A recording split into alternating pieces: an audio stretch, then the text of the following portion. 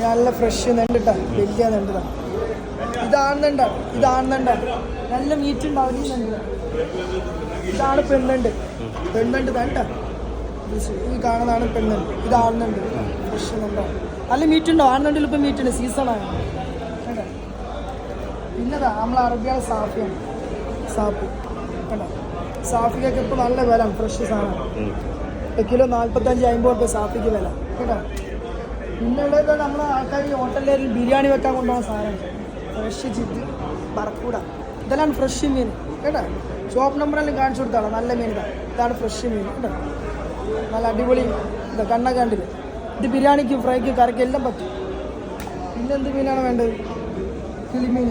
നമ്മളെ മലയാളിയുടെ ഫ്രഷ്, മലയാളിയുടെ ഫേവറേറ്റ് സാധനം, ഫ്രൈ ആക്കാൻ പറ്റിയ സാധനം കേട്ടോ. ഇത് വെറും കിലോ 20 ദിർഹംസ് ഉള്ളൂ. ഇത് ചില ടൈമിൽ വില കൊണ്ട് 15 കിട്ടും. സൂപ്പർ മീനാണ്. പിന്നെന്താണ്?